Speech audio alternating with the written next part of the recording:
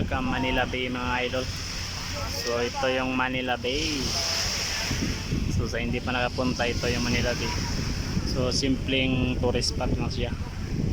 Hindi siya gaano kagandahan talaga. Normal lang siya. Yan. Siya mga idol. So doon yung entrance. Yan ang entrance mga idol. Yan, entrance yan dyan. So syempre mahangin dito. Yan. Bukas yung mahangin dito mga idol. So yan. So cameraman. Yung cameraman sobrang pugoy pero walang sama.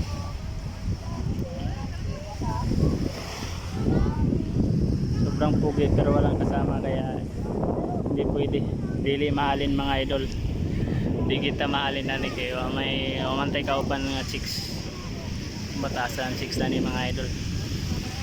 Hindi ta mahalin diri sa Manila. Bitaw. Vlog lang ni siya mga idol. Ayan. Pre napag-ala lang dito kasi galing tayo dun sa office. Ayan. So